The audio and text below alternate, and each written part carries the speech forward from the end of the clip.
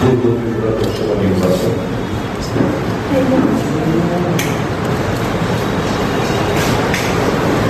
আমার মনে হচ্ছে নির্বাচনে জড়িত আধিকারিকরা এরা হয় কানের সন্না বা খবর।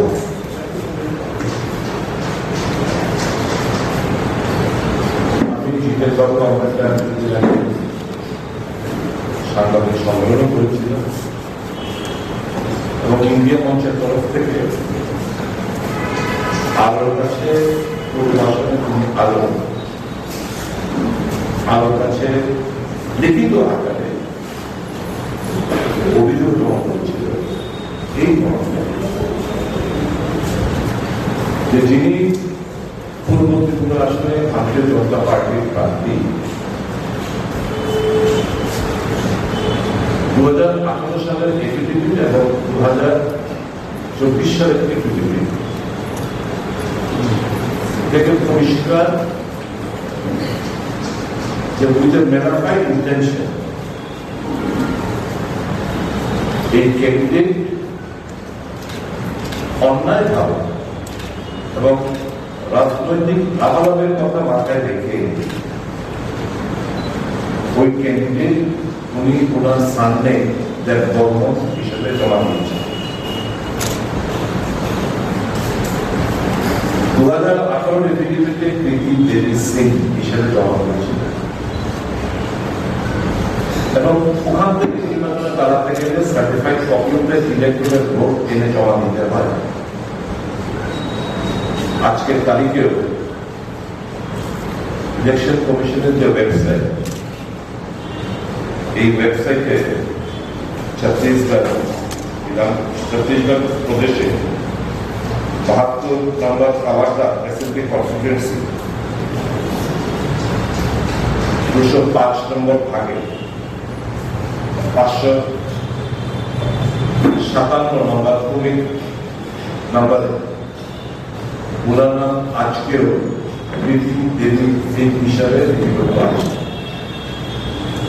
Certified copy of the electoral এনে এখানে জমা করতে হয়। যেহেতু ওখানে দেববর্মন হিসাবে নেই, ইলেকট্রাল রোলে যে নামটা সেই নামটাই ব্যালট পেপারে ছাপানো দরকার এবং এটাই হচ্ছে মূলত যে রুলস এন্ড প্রসিডিউর। কিন্তু দেখলাম 2024 যে এফিডেভিট জমা করেছেন এতে কৃতি দেবী দেববর্মন হিসেবে উনি উল্লেখ করেছেন। এই অভিযোগটা যখন করেছিলাম আমরা ভেবেছিলাম যে ব্যালট পেপার পুনরায় ছাপা হবে, দেববর্মন নামটা বাদ দেওয়া হবে এবং কৃতি দেবী সিং নামে ব্যালট পেপার হিসেবে নির্বাচনটা করা হবে। এই দেববর্মন টাইটেলটা লাগানোর উদ্দেশ্য হচ্ছে অন্যায়ভাবে explore and exploit the sentiment of the Deborah community. আমি আজকে ত্রিপুরার কাছে জিজ্ঞেস করতে চাই, যারা ত্রিপুরা কমিউনিটি বিলং করে, যদি ছত্তিশগড়ে কি কারণে উনি দেববর্মন টাইটেলটা রাখলেন না, নিশ্চয় লজ্জাবোধ হয়েছে। নিশ্চয়ই লজ্জাবোধ হয়েছে। কৃতি দেবী সিং দেববর্মন বা কৃতি দেবী দেববর্মন সিং দেখতে পারত। ওনার প্যান কার্ড, আধার কার্ড যাই আছে সমস্ত কিছু কৃতি দেবী সিং। হঠাৎ করে নির্বাচনে এফিডেভিট জমা দেওয়ার সময় এই অশুভ একটা আকার নির্বাচন কমিশনের এখানকার আধিকারিকরা একটা ডিফারেন্ট দাবি করলাম এই কারণে যে সবটা জেনে শুনে তারা এই অন্যায় কাজটি করেছে। আজকে আমাদের সর্বভারতীয় কংগ্রেস দলের তরফ থেকে এই মর্মে একটা রিপ্রেজেন্টেশন প্রদান করা হয় চিফ ইলেকশন কমিশনারের কাছে এখানে গিরিশ জি আমাদের ইনচার্জ প্রধানকার সাহেব উনি স্বাক্ষর করেছেন এবং সালমান খুরশিদের নেতৃত্বে একটা প্রতিনিধি দল দিয়ে মুখ্য নির্বাচন কমিশনের সঙ্গে সাক্ষাৎ করে একটা মেমোরেন্ডাম এখানে ওনারা তুলে ধরেন, যাতে করে যেভাবে ইরেগুলারিটি মেনটেন করা হয়েছে সেটা খুব গুরুতর এবং নির্বাচন কমিশন এখানে যারা আধিকারিকরা আছে তারা যে কারণেই হোক, প্রেশারের কারণেই হোক, অন্য কারণেই হোক, এই যে আমরা কাজটা করলেন বর্মন নামটা এখানে দিয়ে চাপিয়ে to give an extra mileage to the candidate to explore and exploit the sentiments of the tribe. এটা মারাত্মক গুরুতর অপরাধ বলে আমরা মনে করি। আমরা ভেবেছিলাম এখানকার যারা দায়িত্বপ্রাপ্ত আধিকারিকরা আছেন এটা পুরন্ত আরো বুঝে তদন্ত করবে, তারা তাদের এই ভুলটা শুধরাবে। কিন্তু দেখলাম ইতিমধ্যে আমিও নির্বাচন কমিশনের কাছে আমিও একটা চিঠি দিয়েছি। এই চিঠির প্রেক্ষিতে আমাদের এএসপির তরফ থেকেও দেওয়া হয়েছে যাতে করে সঠিক তদন্ত এবং আমি তো সরাসরি লিখেছি তোমরা এই কাজটা করলে তোমরা ইলেকশনটা পেছাও, রং ইলেকশনটা পিছিয়ে দাও, ব্যালটটাকে নতুন ভাবে ছাপাও, এই কৃতি দেবী সিং নামে নির্বাচনটা হতে হবে, নট দ্য কমিশন। এএসপির তরফ থেকে আপনাদেরকে মেমোরেন্ডামের জেরক্স কপি দিয়ে দেওয়া হবে। এটা সম্পূর্ণ একটা নির্বাচনটা যে একটা পরমাত্মক নির্বাচন এটাও প্রমাণ হয়।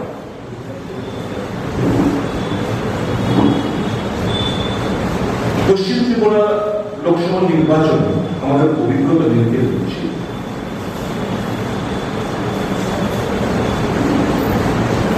যে বুথের ভেতরে গিয়ে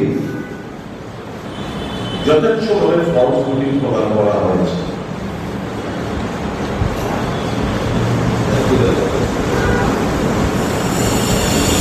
বিভিন্ন জায়গা থেকে লোক এসে ভিড় করে একটা বিরাট অংশের ভোটারদের তাড়িয়ে দিয়েছে, প্রতিনিধি দেয়নি। আর ওই সমস্ত ক্রমিক নাম্বারে গিয়ে যারা বহিরাগতরা ছিলেন তারা দফায় প্রদান করেন। কারণ আপনার ফলস ভোট একদিকে আর দিক হচ্ছে বিরাট অংশের মানুষকে তারা বাধা দিয়েছে, যার প্রেক্ষিতে ভোট পার্সেন্টেজটা যদিও এখন ব্যাখ্যা দিচ্ছে যে ইলেকশন ডিউটির দায়িত্বপ্রাপ্ত যারা এখানে এটার বেলায় আপনি দেখবেন কতজন ইডিসি ভোটার ওই ভোট কেন্দ্রে দিলেন এটার কোন উল্লেখ নেই। এই জাস্টিফিকেশন দিচ্ছেন নির্বাচন কমিশনের তরফ থেকে। আমি হামলি রিকোয়েস্ট করব যে সমস্ত জায়গায় 103-109% ভোট পড়েছে তত সংখ্যক ইডিসি এখানে ভোট পড়েছে সেটাও জানা, কারণ যে পরিমাণ ভোট পড়েছে ইডিসি যদি তার পোলিং স্টাফ 10জন এর বেশি তো না, এই 10 জন করলেও তো 10 জন ভোট ইডিসি দিলেও তো যে কোনো ভোট করে যেটা আওয়াজ হয় সেটা এটা নির্বাচন কমিশন এটা হাসাব করার চেষ্টা করছে। খোলাসা করে বেরিয়ে আসুন যে ইডিসি ওই সমস্ত ভোট কেন্দ্রে ইডিসি ভোটাররা কারা কারা ছিলেন, কজন ছিলেন, এটার হিসাবটা আপনারা জনসমক্ষে তুলে ধরে আমরা খুব খুশি হব। আমরা আমাদের দাবি থেকে শুনছি যে পশ্চিম ত্রিপুরা লোকসভা নির্বাচন একটা দর্শনাত্মক নির্বাচন, এটাকে না ভয় করে বড় নির্বাচন আবার পুনরায় করার জন্য আমরা আমার আন্ডারস্ট্যান্ডে আমরা রয়েছি। যিনিকে আমি বলবো যে আমাদেরকে যেরকমের প্রতিশ্রুতি দেওয়ার পরেও, মানুষকে আশ্বস্ত করার পরেও যে ভোট নির্ভয়ে দিতে যায়, ত্রিস্তরীয় সিকিউরিটি লেয়ার থাকবে, দেখলাম সেই ত্রিস্তরীয় সিকিউরিটি লেয়ার নেই, রাস্তার মধ্যে কোথাও পুলিশ নেই। পুলিশ বুথে ঢোকার জন্য অবাধে যারা যে খুশি সে ঢুকে যাচ্ছে, সেরকম নেই। নির্বাচন কমিশনের কাছে আমাদের দাবি থাকবে, পূর্ব ত্রিপুরা নির্বাচন যদি অনুষ্ঠিত হয় ২৬ তারিখ, তাহলে যেন এই ত্রিস্তরীয় পুলিশি ব্যবস্থা, সিকিউরিটি ব্যবস্থা যেন করা হয় এবং বহিরাগতদের যেন তাড়িয়ে দেওয়া হয়, কোথাও যেন অ্যাসেম্বল না করা হয়। সুষ্ঠুভাবে নির্বাচন হলে বিজেপি এই রাজ্যে একটি আসন পাবে, একটি আসন পাওয়া হলো তাদের অবস্থানে মানুষ সমর্থন সম্পূর্ণভাবে দিয়েছে ভারতীয় জনতা পার্টি। কাজে এখন তারা গুন্ডামি করে মানুষকে ভয় দেখিয়ে, ভোটারদের তাড়িয়ে, ভোটারদের আটকিয়ে ফল ভোটিং এর মাধ্যমে তারা নির্বাচনের প্রশাসনাত্মক নির্বাচন করতে চাইছে।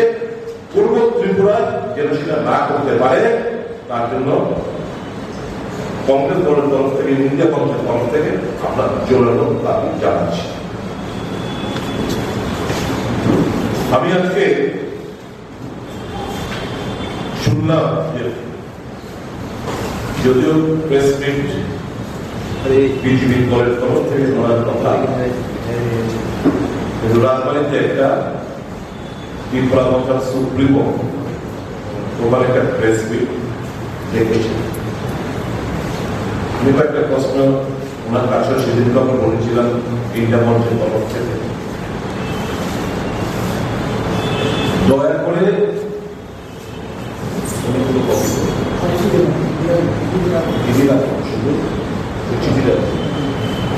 শুধু কয়েকটি প্রশ্ন উত্তর দিন। বিজেপি কাছাও প্রশ্ন, দুর্গমের প্রশ্ন, বিজেপি গ্রেটার ট্রিব্যুনালের সমর্থন করে? যদি না করে থাকে তাহলে আপনি বিজেপির সঙ্গে আলাদা গেলেন না।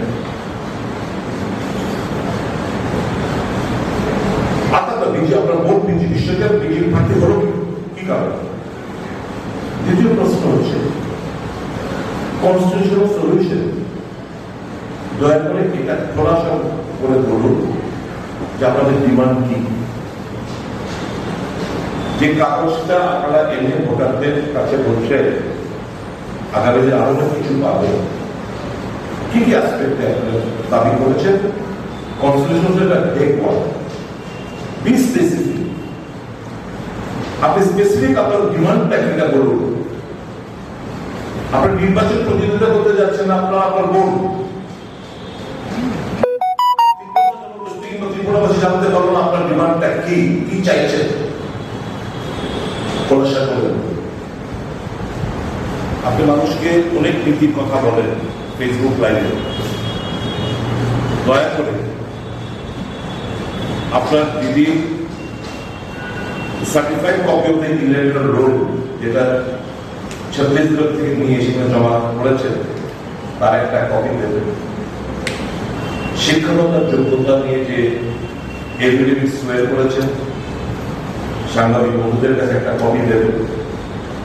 এবং ইনমা থেকে যে ডিপ্লোমা কোর্সটা করেছেন ম্যানেজমেন্ট, তার একটা কপি দেবেন। হয়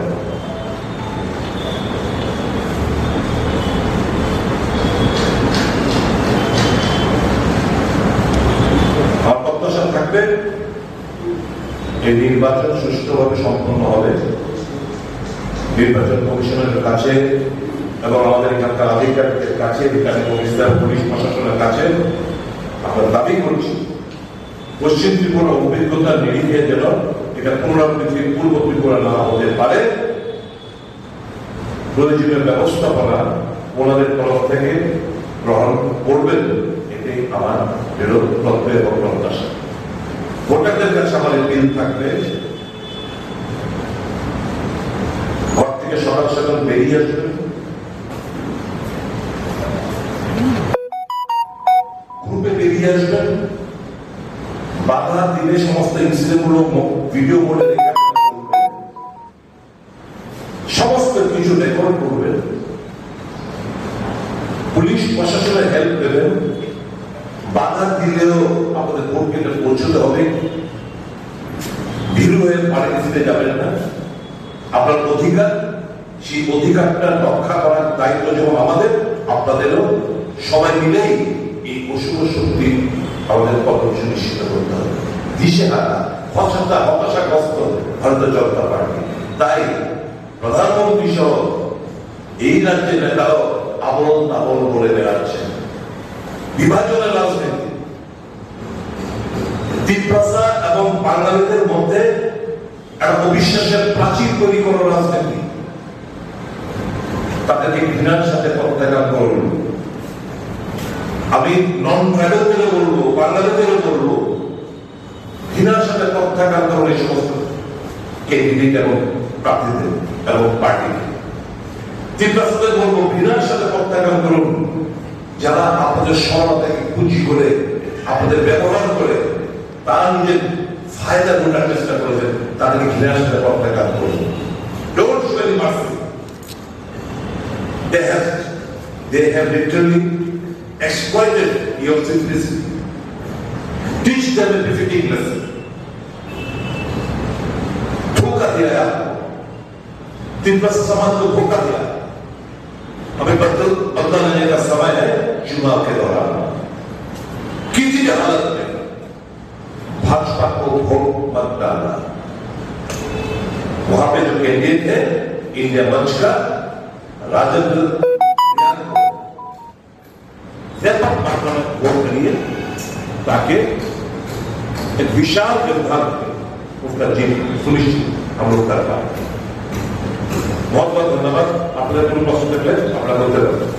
দাদা, আমরা দেখেছি খোয়াই দাঁড়িয়ে রতনলাল নাথ একটি আবেদন করেছিলেন যে 52টি বুথের মধ্যে খোয়াই বিধানসভা কেন্দ্রের যে বুথ সর্বোচ্চ ভোটে দিতে পারবে তাকে তিনি সেই বুথকে তিনি ব্যক্তিগতভাবে 200 টাকা দেবেন, এবং ওইটা প্রকাশ্যে এসেছে এবং আরো অনেক এমন ভিডিও রয়েছে যা হয়তো প্রকাশ্যে আসে।